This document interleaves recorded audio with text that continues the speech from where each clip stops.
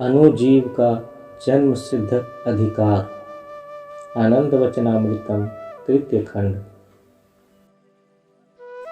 सर्वाजीवे सर्वसंस्थे बृहन्ते अस्मिन् हंसो भ्राम्यते ब्रह्मचक्रे पृथगात्मानं प्रेरितारञ्च मत्वा जुष्टस्ततः तेनामृतत्वमेति। तुम जानते हो कि सभी परमपिता की संतान हैं। उन्होंने इनकी संरचना की, इस भौतिक जगत की रचना की और अपने प्रिय संतानों की भी। अस्तु, जब उन्होंने ही भौतिक जगत, जड़ जगत, पेड़ पौधों तथा मनुष्यों की संरचना की, तो सामान्य बुद्धि भी कहती है कि बिना किसी जाति पाति, संप्रदाय, राष्ट्रीयता, शिक्षा, बुद्धि, भौतिक, मानसिक या आध्यात्मिक भक्ति के विभिन्न स्तरों के आधार पर भेदभाव किए संपूर्ण विश्व उनकी संतानों का है। निहित स्वार्थी तत्व अपने घृणित उद्देश्यों की पूर्ति के लिए विभिन्न जीवों में, विशेषतया मनुष्यों में भेद विभेद पैदा करते हैं। अतः वे जो इस शिष्ट संसार के उपभोग में अन्य लोगों को उनके वैधानिक और पैतृक अधिकारों से वंचित करते हैं, वे समाज तथा संपूर्ण मानवता के शत्रु हैं, और वे शत्रु हैं संपूर्ण सुसंस्कृत और सुसभ्य विश्व के। सर्वाजीवे सर्वसंस्थे बृहन्ते, उनके द्वारा सृष्ट जीव, उनके प्रिय पुत्र और पुत्रियां उनके चारों ओर घूम रहे हैं। वे उनसे अलग नहीं हो सकते, क्योंकि वे सृष्टि के केंद्र बिंदु हैं और शेष सभी विद्युतानुओं के समान उनके चारों ओर चक्कर लगा रहे हैं। अतः पुरुषोत्तम, परम पुरुष, परम पिता, परम सृष्टिकर्ता केंद्र में है और अन्य सभी चारों ओर मानसिक आभोगों के साथ साथ गतिमान हैं। भौतिक आवश्यकताएं सबकी समान नहीं होती, इसलिए मैंने कहा है कि वे सभी अपने आभोगों के साथ साथ गतिशील हैं। इसी प्रकार सबकी मानसिक इच्छाएं, वृत्तियां और आवश्यकताएं भी समान नहीं हैं। यहाँ इस श्लोक में आजीव कहा गया है, जिसका अर्थ होता है आजीविका, शारीरिक और मानसिक दोनों आभोग। यह एक वास्तविकता है कि प्रत्येक व्यक्ति का अपना भौतिक और मानसिक आभोग होता है। इसका तात्पर्य यह नहीं है कि उसका भौतिक और मानसिक आभोग दूसरों द्वारा छीन लिया जाए। किसी भी व्यक्ति को अपने भौतिक या मानसिक आभोग से वंचित नहीं किया जाना चाहिए। जो ऐसा करते हैं अथवा ऐसा करने का प्रयास करते हैं, मैंने कहा है, वे मानवीय सभ्यता के शत्रु हैं। परम पिता की वे अभिशप्त संतान हैं। सर्वाजीवे सर्वसंस्थे, मानसिक वृत्तियों के अनुसार विभिन्न आशाओं, आकांक्षाओं, मानसिक क्षुधा और मानसिक प्यास के अनुसार विभिन्न शारीरिक संरचनाएं प्राप्त होती हैं। उन मानसिक भूखों, प्यासों की तृप्ति के निमित्त। अतः कुछ को पशुओं का, कुछ को कीड़ों का, कुछ को पेड़ पौधों का और कुछ को मानवीय शरीर संरचनाएं प्राप्त होती हैं।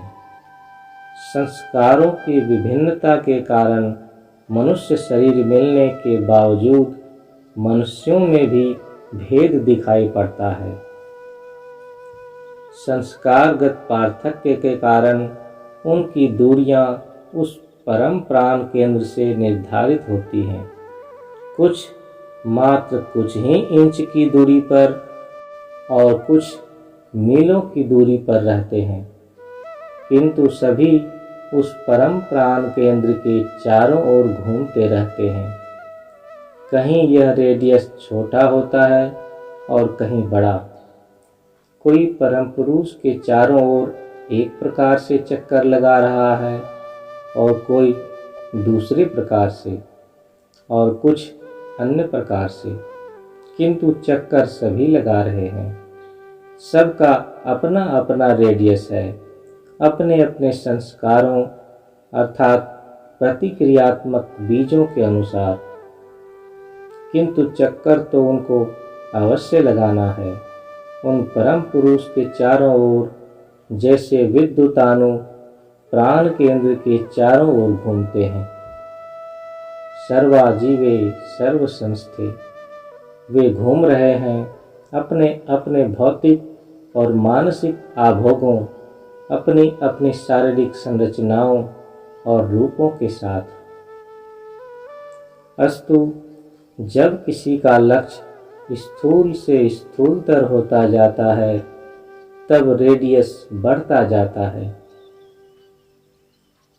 हीन विचारों, हीन इच्छाओं और हीन कार्यों के कारण मनुष्य केंद्र से दूर हो जाता है, और जब मनुष्य का विचार और कार्य सूक्ष्म से सूक्ष्मतर की ओर जाते हैं, तो रेडियस घटता जाता है और एक समय आता है, एक मधुर क्षण उपस्थित हो जाता है, जब व्यष्टि अपने परम केंद्र भूमा से मिलकर एकाकार हो जाता है। यही है वह स्थिति जिसे मोक्ष कहा जाता है। अस्मिन् हंसो भ्राम्यते ब्रह्मचक्रे। हंसों का अर्थ है जीव अर्थात जीव सत्ता। हंसो जीव का बीज मंत्र है। प्रत्येक और सभी विषयों का अपना बीज मंत्र होता है।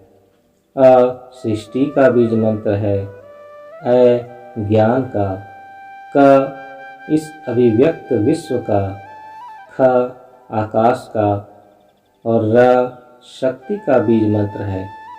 इसी प्रकार जीव का बीज मंत्र हंसो है। अस्मिन् हंसो भ्राम्यते ब्रह्मचक्रे। यह हंसो, यह जीव ब्रह्मचक्र में भूमा मार्ग पर चलता जा रहा है।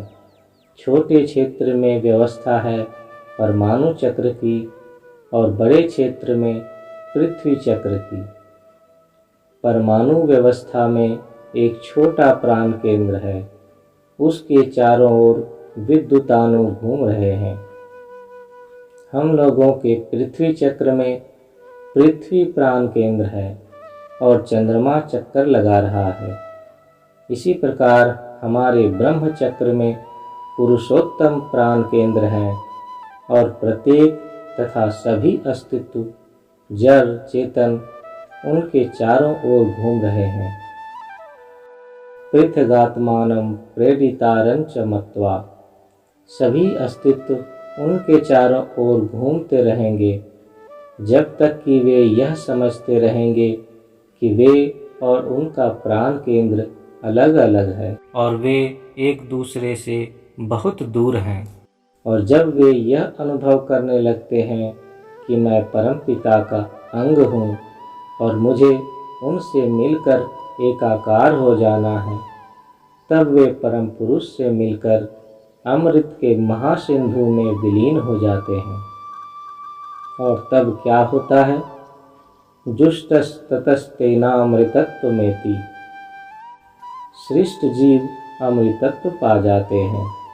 यह अमृतत्व प्राप्त करना मनुष्य की प्राणीनता, क्षमता या पहुँच की सीमा के अंतर्गत नहीं है। इसके लिए परम पुरुष की कृपा पाना आवश्यक है और परम पुरुष की यह कृपा बिना किसी अपवाद के बरस रही है। अतः प्रत्येक मनुष्य का यह जन्म सिद्ध अधिकार है कि वह अमृतत्व प्राप्त करे। जो मनुष्य को उसके इस जन्म सिद्ध अधिकार से वंचित करना चाहते हैं, वे मानव जाति के शत्रु हैं। वे मनुष्य देह में पिशाच हैं। ऐसे पिशाचों का मानव समाज के इन अभिशप्त लोगों का भंडाफोड़ करो और सब प्रकार के शोषणों से रहित एक मानव समाज का निर्माण करो। एक रत्ती परिमाण में भी शोषण की संपूर्ण संभावनाओं का मूलोच्छेदन कर दो। श्री श्री आनंद मूर्ति, पटना, 6 अक्टूबर 1978।